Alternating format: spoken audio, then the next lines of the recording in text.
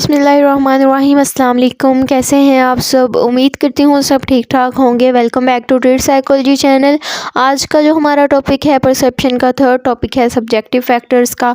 Objective factors जैसा कि पिछली वीडियो में कवर हो चुके हैं, उसका लिंक भी आप लोगों को डिस्क्रिप्शन में मेंशन कर दूंगी, वहां से जाकर आप देख सकते हैं। तो आज हम डिटेल से सब्जेक्टिव फैक्टर्स को देखेंगे। इनमें कौन कौन से फैक्टर्स आ जाते हैं। फर्स्ट वन पे motives, interest, personal qualities, attitude, mental readiness. उसके बाद आ जाता है जी emotional condition, tendency, belief, mental health. और ये तमाम हैं और ये डिफरेंट बुक्स में डिफरेंट हैं, लेकिन मैं इंपॉर्टेंट वाले आपको शो करवा रही हूँ। फर्स्ट वन पे आ जाता है जी motive. When people are motivated they tend to see hear what they want to hear. यानी कि जितना पर्सन मोटिवेट होगा किसी भी चीज़ को लेकर, किसी काम को लेकर, उतना ही अच्छे तरीके से वो किसी भी चीज़ की परसेप्शन कर सकता है, उस चीज़ को परसीव कर सकता है। तो इसमें बहुत ज़्यादा बड़ा रोल होता है पर्सन के खुद के मोटिवेट होने का। उसके बाद इंटरेस्ट आ जाता है जी। We attend to those aspect of world that related to our interest. यानी कि जिस चीज़ में पर्सन की दिलचस्पी होगी, उस चीज़ में जिसका किसी भी चीज़ में उसका इंटरेस्ट है, तो उस चीज़ की परसेप्शन वो बहुत अच्छे तरीके से कर लेता है। उसको मुकम्मल उस पर जो है परसीव कर सकता है, उस चीज़ को मुकम्मल उसका अदराक होता है उस पर। उसके बाद आ जाता है जी past experience. Much of our daily activity is depend upon past experiences. We have learn to repeat the cause and symbol. जैसा कि हम रोज़मर्रा ज़िंदगी को, अपनी कुछ चीज़ों को हम जो पास्ट एक्सपीरियंस के तौर पर जज कर लेते हैं। हमारे साथ एक इंसिडेंट हुआ होता है, हम उसको देखते हुए बाकी चीज़ों को भी अपने परसेप्शन में ऐड करते जाते हैं।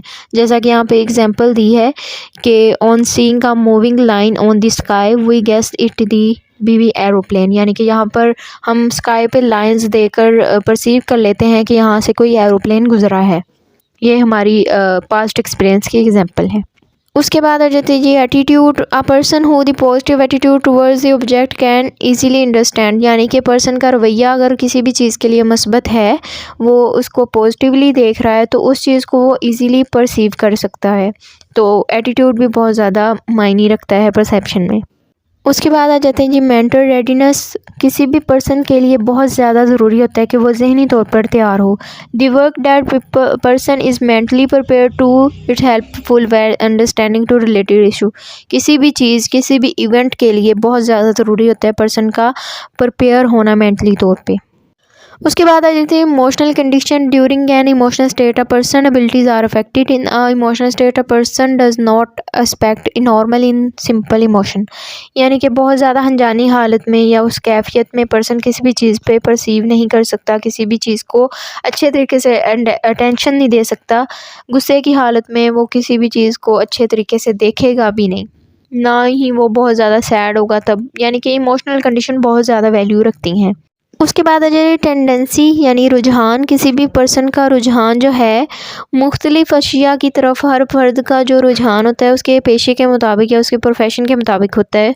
इनमें से उस्ताद, डॉक्टर, वकील, किसान, तालिब इल्म का जो परसेप्शन है किसी एक शय के बारे में भी मुख्तलिफ हो सकता है। उसके बाद आ जाते हैं जी सेकंड लास्ट पे बिलीव्स। बिलीव्स जो हैं किसी भी पर्सन के अकायद, यानी कि उसको मुतासिर कर सकते हैं परसेप्शन को।